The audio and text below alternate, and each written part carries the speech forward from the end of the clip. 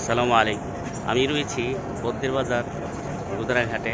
এটা নারায়ণগঞ্জের সোনারগাঁও উপজেলায় অবস্থিত।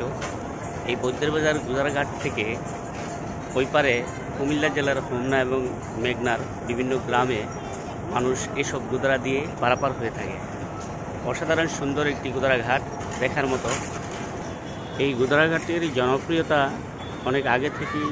সোনারগাঁও উপজেলার যে সাবেক এমপি ছিলেন খোকাবাই এই গুদারাঘাটে প্রচুর পরিমাণের স্রোত থাকার কারণে এখানে একটি সুন্দর ঘাট তৈরি করে দেন, বিশেষ করে এপারের যাত্রীরা যাতে সহজে ওই পারে যেতে পারে। এই জন্য মেঘনা নদীর দূরত্ব যদি এই পার থেকে ওই পারে হিসেব করা হয় তাহলে মিনিমাম 2.5 থেকে 3 কিলো দূরত্ব।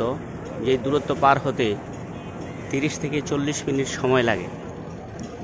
গুদারাঘাটটির জনপ্রিয়তা যেমন ব্যাপক, এখানে অনেক যাত্রী এপার থেকে ওপারে পারাপার হয়ে থাকে।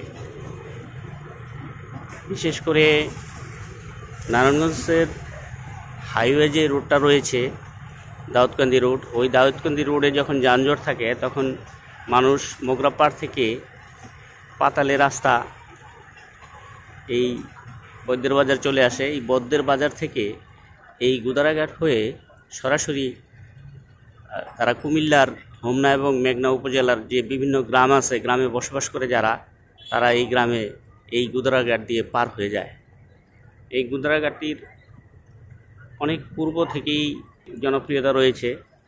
এখানে শুধু যে মেঘনা এবং হোমনা উপজেলায় মানুষ পারাপার হয় তা না, এবং ঘোরার জন্য বিভিন্ন ধরনের মানুষ এখানে প্রতিনিয়ত যাতায়াত করে।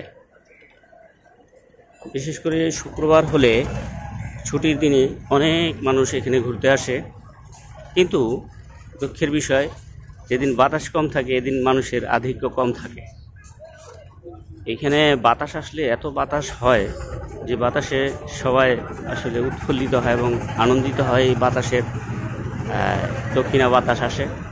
এখানে অনেক গুদারা রয়েছে, অনেক নৌকা রয়েছে। এই নৌকাগুলি বিভিন্ন জায়গায় যাতায়াত করে। আমি সময় পেলেই গুদারাঘাটে আসি মাঝে মাঝে ঘুরতে, আর যদি আড়তে মাছ পাওয়া যায় তাহলে মাছ কিনে নিয়ে যাই। দুর্দান্ত সুন্দর এই গুদারাঘাটটি এখানকার মানুষের জন্য যেমন জনপ্রিয়, বিশেষ করে দূর দূরান্ত থেকে অনেক মানুষ এখানে ঘুরতে আসে। তো আমি নারায়ণগঞ্জের বদ্দের বাজার গুদারাঘাট থেকে এখন বিদায় নিচ্ছি। সবাই ভালো থাকবেন। আবার নতুন কোনো জায়গা নিয়ে আপনাদের সামনে হাজির হব। আসসালামু আলাইকুম।